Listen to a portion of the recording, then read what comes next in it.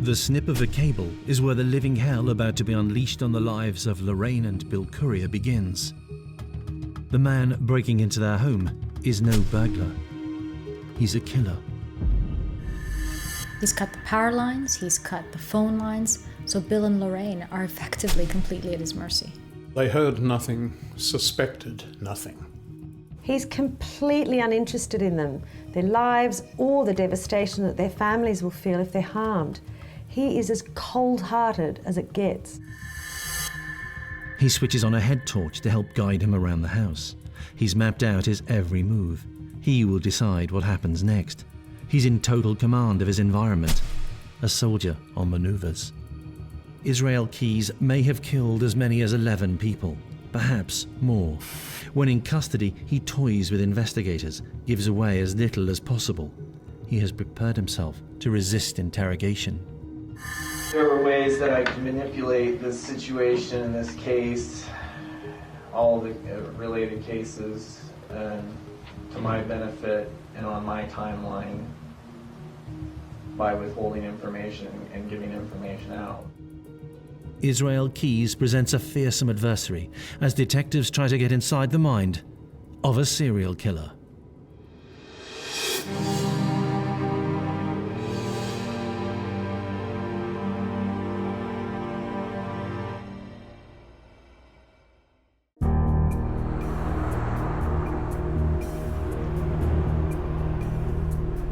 Israel Keyes meticulously researches targets. He secretly observes groups of people, eyeing up who might be a suitable victim. He will choose based on the best way of avoiding detection. Serial killers usually target a type of person to kill. They have a profile of who their victims should be. Not Israel. In his case, he just wants to kill.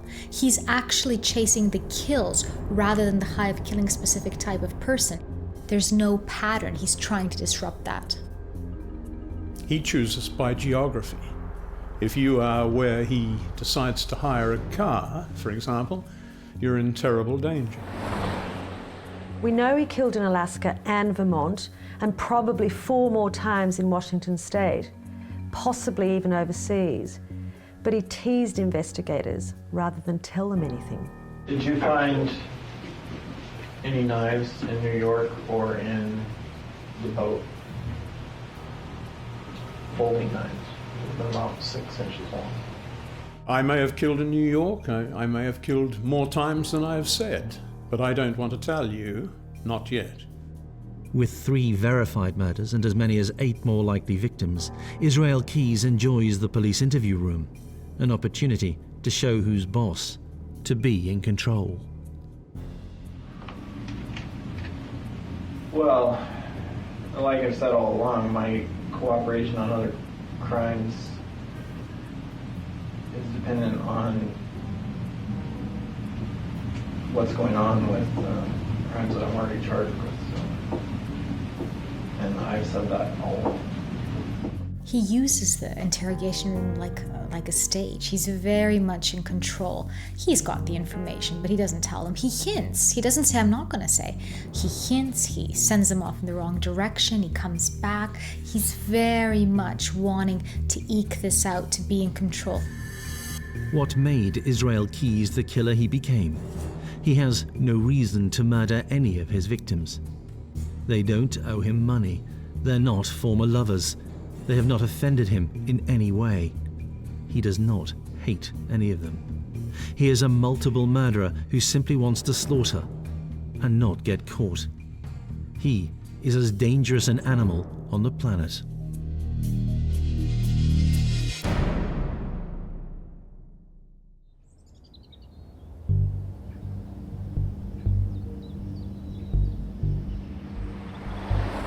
Bill Courier and his wife Lorraine chose to live in a classic Vermont town.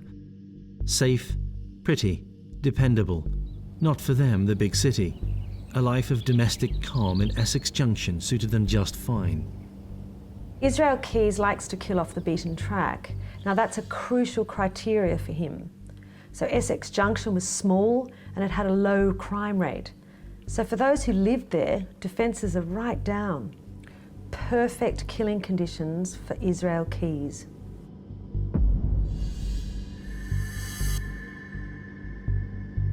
The way that he went about attacking Bill and Lorraine was kind of with military precision. You know, he's prepared. He cuts the phone lines, cuts the electrical lines, ensures that he's not making any noise, breaks into the house without them noticing. He's in control. So the trap that Bill and Lorraine are in is not of their own making. They live in the wrong place at the wrong time. They live in a world of normality, about to be visited by a killer without a conscience. And nobody knows that he is out there. 48 hours earlier, Keyes flies from his home in Alaska into Chicago. He covertly takes in the scene, blends into the crowd at the airport.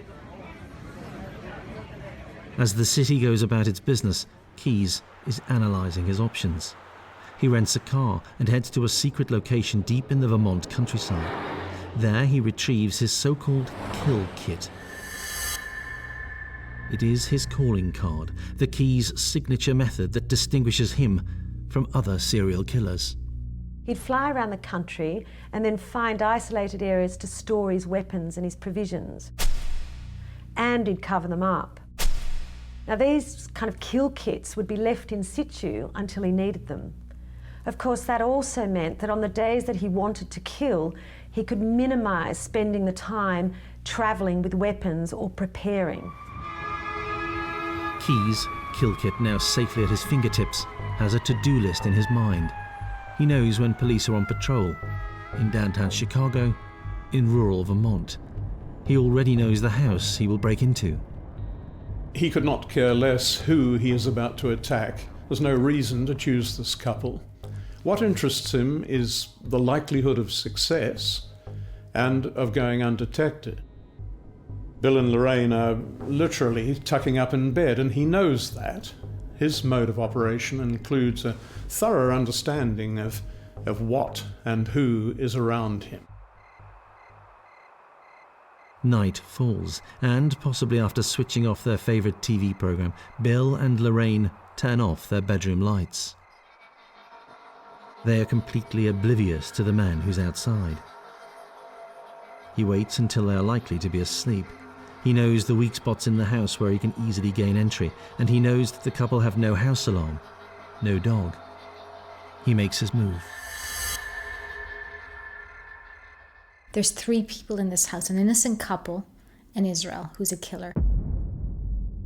How could anyone like Bill or Lorraine prepare for a moment like this?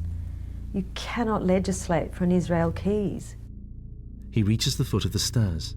There have been other times like this when he's decided to steal rather than to kill, to take any money that he finds, and then escape.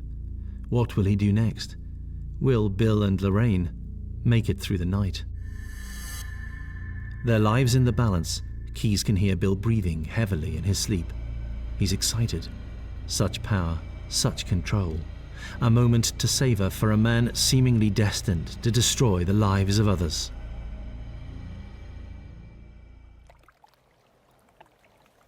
Israel Keyes' terrifying personality takes shape in Utah, where his Mormon parents decide to homeschool him.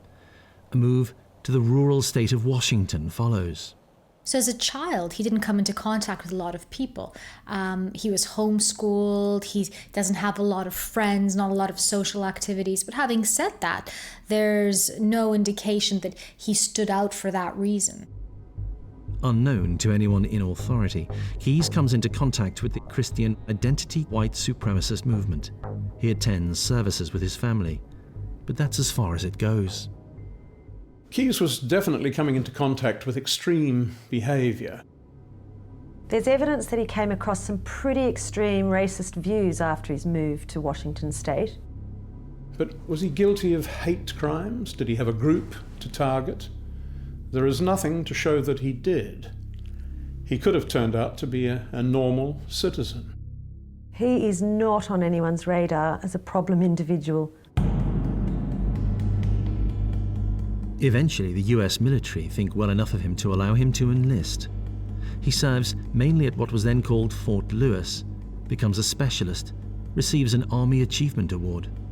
While he's in the army, I think he does one tour in Egypt. I'm not sure that he actually is involved in any serious military action, but he comes back, honorable discharge. No one picks up on anything out of the norm.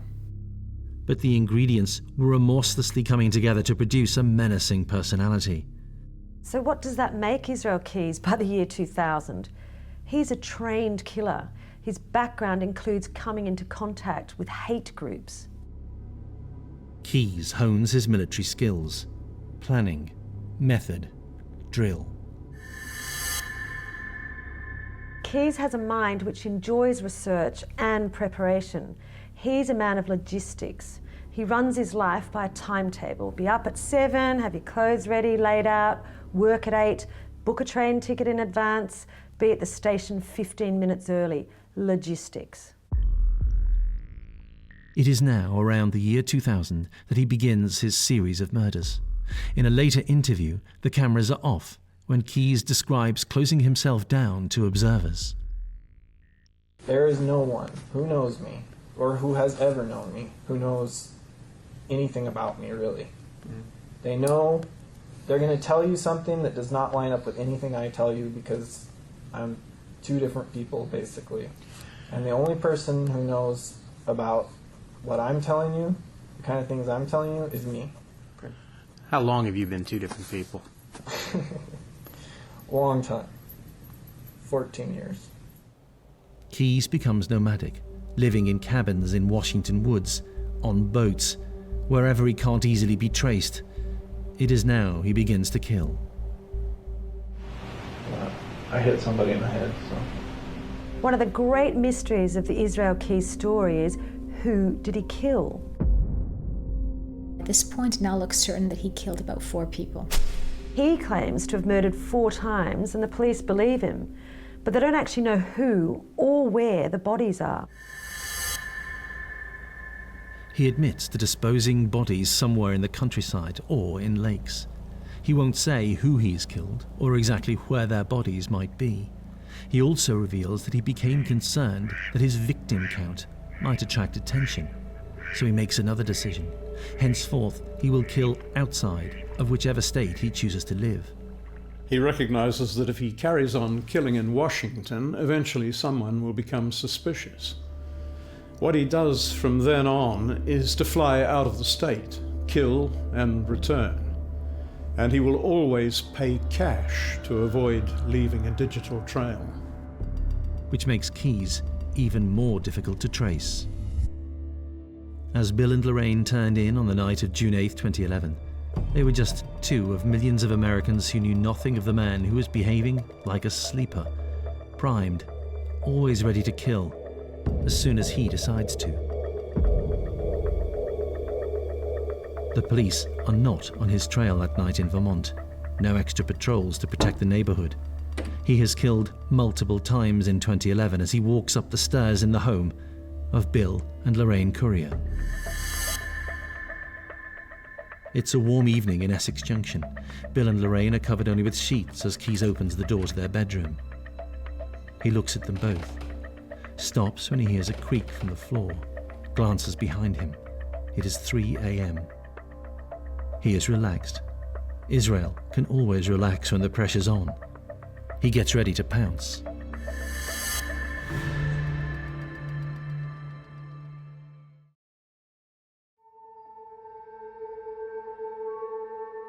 Will Israel Keyes kill a middle-aged couple as they lie asleep in their bed?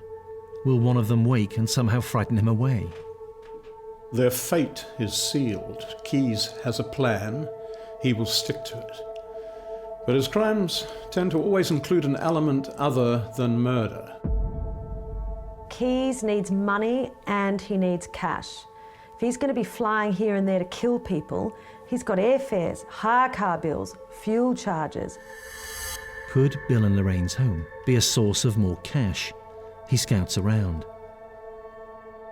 Oddly enough, the value Keyes placed on stealing money during his episodes of murder might actually help keep Keyes from killing this couple.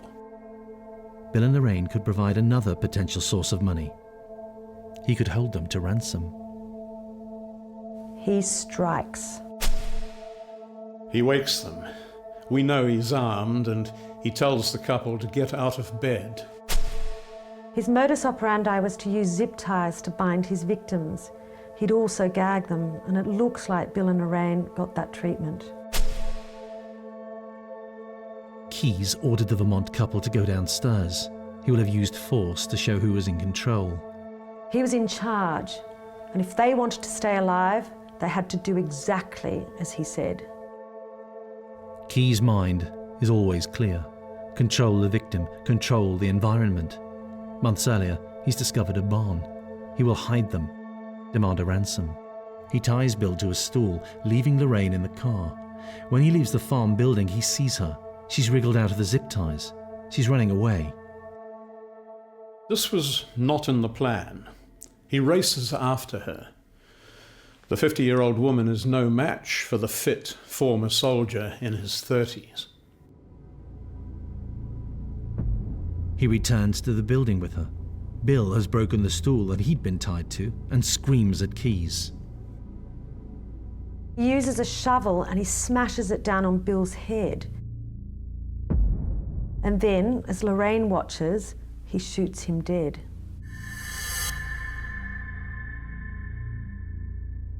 Lorraine would be sexually assaulted and then strangled to death. Keyes' planning had not legislated for a couple who would not give in easily. Keyes bundles the bodies into refuse bags, drives hundreds of miles to upstate New York, and disposes of them. He's the only one who knows where. He will release that information when it suits him, and if it's certain that it's good for his image. Right, my concern, the problem is nowadays, the more stuff my name is attached to, the more likely it is that somebody's going to try to do some kind of stupid frickin' TV special, or, you know how it is nowadays, like with all this true crime bull that people are obsessed with, and that's Keyes became unhappy at how information was reaching the media. He continued to refuse to reveal where Bill and Lorraine's remains are buried. The only reason the Courier case has even become an issue is because of me wanting to keep control of that situation before it became a situation. Self-control has been a key part of Keyes' life for a long time. He has an obsession with solitude, and to a large extent an obsession with total control over his environment, not just what he sees, but what he hears, what he feels. He needs that space. Detectives knew that if they could uncover the locations Keyes had buried his so-called kill kits, they would then know that he'd killed in that area. But his knowledge gives him power. Power he uses. Keyes had travelled the country depositing these so-called kill kits near to where he will find a victim to murder. Police need that evidence. He doesn't stonewall. He prefers to cause as much disruption as possible. He tells them there's one at the foot of a mountain range upstate in New York, or by a lake. He'll give them just enough information to mean that tens of thousands of hours are spent tracking the kill kits down. And all the time, he's sitting in his cell, pulling the strings, creating the moments. Keyes was involved in a standoff. The control of information extends his mastery over events. During his life, he'd had relationships, became a father. He naively believes that he can use the knowledge that he has to stop information reaching his daughter, who lives in an area called Near Bay. That's my concern, is that, if something else were to get out, and especially in a different area or something, then, and now there's the whole Near Bay aspect of it now too. It's like, my kid's living in Near Bay now, and gossip is the town pastime, so. Who else had Keyes killed? A kill kit is discovered in New Hampshire. Keyes then reveals that he spent some time in New Jersey. Investigators show Keyes a series of images of missing people. As he sees one picture, an old, degraded snap of a woman called Deborah Feldman, he pauses as if in recognition. Deborah Feldman was a perfect fit for Keyes' own unique victim profile. Because first of all, she was in the right place. She was near the kill kit that he'd stashed away so carefully. Secondly, she was one of life's unfortunate drifters. She's an addict, so very easy target. And at this point, what he's doing is he's state hopping. He's going from state to state, trying to rack up murders, in effect. Deborah's life had descended so far that friends and family had deserted her. Her son had pleaded with her to get clean or get out of his life. She turned to prostitution to raise cash for her habit. There are a few more at-risk groups than substance abuse-addled sex workers. As with most things, Keyes never absolutely confirmed to detectives that he occasionally trawled for prostitutes, but it is strongly suspected that he did. On the evening of April 8, 2009, Deborah Feldman was seen walking the streets of Hackensack, New Jersey. Israel Keyes is in town, probably in a car rental, probably looking for a victim, a drifter, someone he can control, and quickly. Feldman was simply in no state to cope with a man like Israel Keyes. She is worthless in his eyes, simply a body to use for his own purposes. Based on an understanding of his methods, a knowledge of Deborah Feldman, and on evidence that Keyes gave himself, detectives have pieced together what is likely to have happened next. Keyes knows the area. He entices the occasional sex worker into his vehicle. Deborah, desperate for money, asks Keyes what he wants her to do.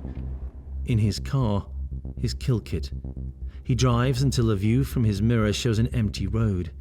It is not hard to guess what is going on inside the mind of a serial killer.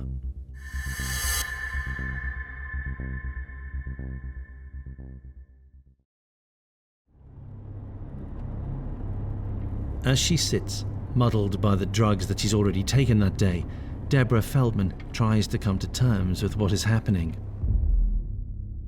Keyes never reveals the precise details of what he does with Deborah, but he does admit to driving hundreds of miles north, crossing state after state. He will have subdued her. We know he uses violence, immense relative strength against people like Deborah. He punches, he ties his victims' hands. He sexually attacks the women he has chosen as victims. On this long journey, Deborah Feldman will have discovered that to her cost.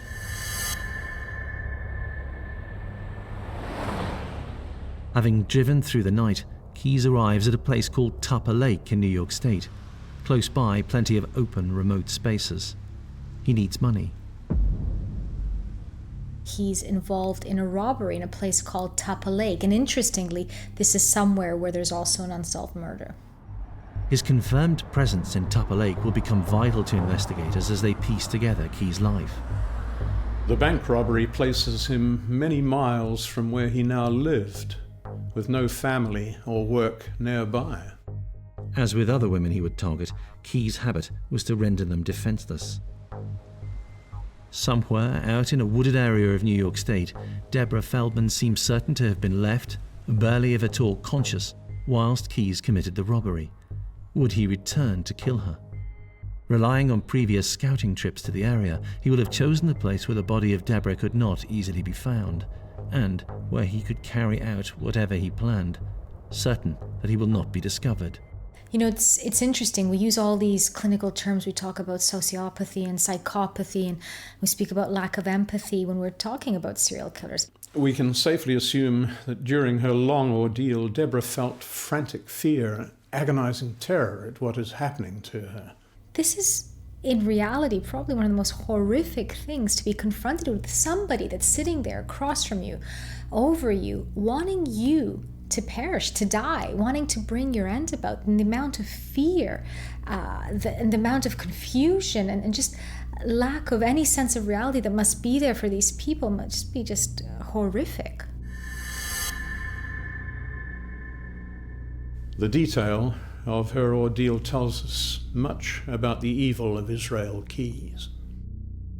An ordeal which ends in her death. The body of Deborah Feldman has never been discovered. Putting all of the evidence together suggests to detectives that she was sexually abused, then strangled. On seeing her snapshot, Keyes simply said, "I don't want to talk about that yet." Keyes did eventually tell investigators that he drove Feldman to Tupper Lake. Now, we know he was there because of the evidence which emerged from the bank robbery. The body of Deborah Feldman is in that area somewhere. Is it in Tupper Lake?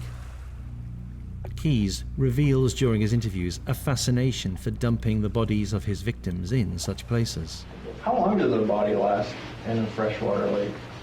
I mean, because there's no critters that eat It depends how. bodies in It depends how freshwater lakes, right? deep. I learned a lot. Because it depends how deep the Depends how deep temperature it of is, the water. and if the body's contained in something. And it's not critters, it can be like Bacteria. an organ. You know about Lake Crescent in Washington. How deep is it? I think that lake is 500 to 700 feet deep. They've never been to the bottom of it. There's people who've gone off that lake and they still haven't found their cars or anything. And that's the lake. That's one of the lakes. What we're seeing is a man who's savouring his moment in the spotlight. You listen to him and he sounds composed. He sounds nerveless. I don't know how deep it was. I know the general area, and I had a fish finder, but it didn't register how deep it was. I just know it was over 100 Maxed out feet. at 100 feet. Oh, is that your fish finder goes to 100? I don't remember. I just know if you've been to the lake, you would see what I'm talking about. It drops down like a V. So Again, a tease that her body might be underwater.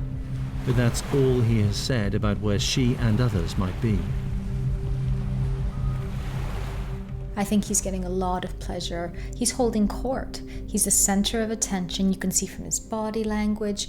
So there's this sense of cat and mouse, of giving them a little bit and then taking it back. He's clearly enjoying it. He revels in the human and economic cost of his strategy. I almost feel guilty. Costing the taxpayers a lot of money to find them. But I just kept my mouth shut. Keyes' pattern of behavior is unique amongst serial killers. By now, 2009, he's living in Anchorage, Alaska, and choosing victims several time zones away. If anyone was looking into the disappearance of Deborah Feldman, Keyes would simply not be under suspicion. But the meticulous planner has taken risks. Holding up a bank, for example. By the time Deborah Feldman is killed, Keyes is becoming brazen. Is he trying to be caught? Does he want the notoriety? Is there some sense of right and wrong displaying itself by behaving recklessly? Or is he just bloated on his own success, no longer concerned about getting caught? That, for me, is the much more likely scenario.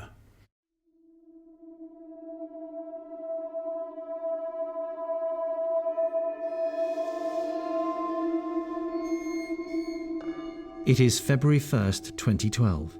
Israel Keyes is back in Alaska. By his own account, he's killed at least 7 times. Who will be next? Samantha Koenig is working late in the Common Grounds coffee booth in Anchorage. Of course, Keyes knows this. He has scouted out the location, is aware of the comings and goings, and when the little shop is most likely to be empty. The snow is deep at this time of the year, helping create a sometimes eerie silence. And it helps Keyes that a mountain of snow has been moved adjacent to the highway, so no one can easily see the shack from the road. He sits outside in his truck. Around 8 o'clock, closing time, surveillance cameras inside the Common Grounds record events. Samantha turns to see Keyes at the counter, ordering a coffee. She gets the drink and can be seen chatting to her customer. The adjacent car park still has a number of vehicles. Keyes is looking around. Are there any witnesses to what's about to happen? The cup is nearly full. Does he want room for cream? She hands him the drink, tells him the price, looks away as he reaches to his pocket, and when she turns around, leans towards the counter to collect the money. He's pointing a gun at her. She reacts physically. She falls backwards. So you see her initially just sort of going about her job, making the coffee, and then she turns around and you see her lift her hands up and fall back. At this point, clearly she recognizes he's got a gun and he wants to harm her. He orders her to switch off the lights, warns her he's tracking every move. She's a girl caught in a moment of absolute terror. Next, he actually forces her to turn around and sit down in the bottom of this cabin. Minutes pass. It is likely that he is emotionless as he tells Samantha what will happen if she does not do precisely what he says. He tells her that he's killed before, that the only way she can stay alive is to obey his instructions. He's glancing around the car park as he talks. If someone appears, he can escape, but nobody does. Samantha is on her own, terrified. Israel Keyes oozes menace. His calmness when holding Samantha Koenig at gunpoint is the same calm that he shows when he's being interviewed by the police. Now add to that level of composure a gun pointed right at you, and you will do exactly what you're told. He knows this moment. He's seen it many times before. Samantha has to believe that her only hope is to submit to his will. It was a ritual for Keyes. He enjoys the precision of his actions. He'd waited until closing time, ensured there was nobody else in the Common Grounds cafe. The area was deserted. Everything was going according to plan. He orders her to empty the cash till. She does so. Over the following moments, she can be seen responding to various instructions. She's told to put something in a refuse bin. She's ordered to sit on the floor of the cabin. She just sits there, prone in the dark, while he tells her to put on her coat. And at this point, she must be realizing that perhaps this isn't a robbery, this is something else. He climbs through the serving hatch. He can't have seen the vehicle which is pulled up behind him as someone is collected. It was his most brazen attack. Would the passerby spot what was happening? They didn't. Keyes clambers into the store. He seems not to have realized there were security cameras, an unusual mistake. He has Samantha at his feet. He gagged her, starts physically manhandling her, and as she's on the floor, he binds her wrists with zip ties. He pulls her to her feet and forces her to the rear door. He checks the cash register and then can be seen exiting out of the back. He drags her to his truck and drives her back to his home.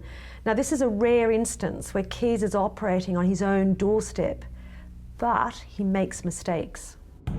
Keyes has never behaved this way. He has literally left tracks. Zip ties with his fingerprints on them have fallen to the floor, and he leaves behind her cell phone. He left Samantha constrained in a shed adjacent to his house and had to return for her mobile phone and the zip ties he had dropped. So at this point, he's driven her out, he's tied her up, and he has to leave and go back and get this mobile phone. So in order to drown out her screams, he puts on this really loud music, but again, very calmly, goes back, gets the phone, and returns. Samantha, like Keyes' other victims, fits no particular profile that he has in mind. She's simply an available target. Though he had a daughter himself, Keyes behaves brutally towards his victim. Samantha was just 18, and you'd think that her age would prompt in Keyes some level of humanity, but no. Instead, it just escalated the kind of level of his coldness towards his victim. Anyone can imagine what must be going through this young woman's mind. So she knows that this person is intending to harm her. She knows he's got a gun. By this point, she will have picked up on his own cues, how he's dealing with her, how single-minded he is, how cold, how aggressive. And she's all alone. She's all alone with no way of communicating what's happening. Had Keyes made so many mistakes that this time he would be discovered? Would he return to the Common Grounds coffee shack to discover police had been called? Would he finally pay the price of an error of judgment? After tethering Samantha, he left her, by now freezing, in a shed adjacent to his home. He then returns to the car park. There is no sign that the alarm has been raised. It is still too soon for Samantha's family to be worried that she'd not returned home. He collects the abandoned zip ties, gathers up Samantha's mobile telephone. That will come in useful. In the shed, Samantha Koenig can do nothing. Is she being kidnapped? Will she be raped? How bad is her situation? Keyes returns. He already knows the answer to those questions. This sort of behaviour's become routine. It's just another day at the office for Keyes. I think it's very unlikely that Israel is feeling any empathy at all. He's very single-minded here. He wants to get a kill, and he wants to get away with it. He has not a moment's thought for the girl he has at his mercy. Will he kill her? Will he hold her for ransom? Will he sexually assault her? These are his thoughts, not, I wonder if she is frightened. He described himself at one point as a monster, and that is a fair description. Samantha hears him coming. She's considered the awful options available to her attacker. Which will he choose?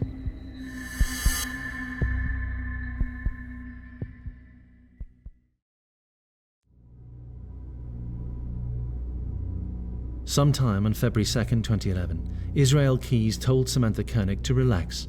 He was kidnapping her to get a ransom, and then she would be free. But he was lying. He raped her and then strangled Samantha Koenig to death. She may have been praying that he would spare her, but that was never in his mind. In typical Israel Keyes fashion, he'd planned the next few weeks to the last detail. He would leave Samantha's body in the shed and then disappear. He'd already booked a vacation starting later that day. The fact that he rapes and kills Samantha actually serves another purpose. Not only has he satisfied this need to kill and to hurt, but actually he's planned to go on a cruise. So he's able to rob her as well. So he's able to get some cash for this cruise that he's pre-planned. But Keyes was to do more. He knew Samantha was dead. Nobody else did.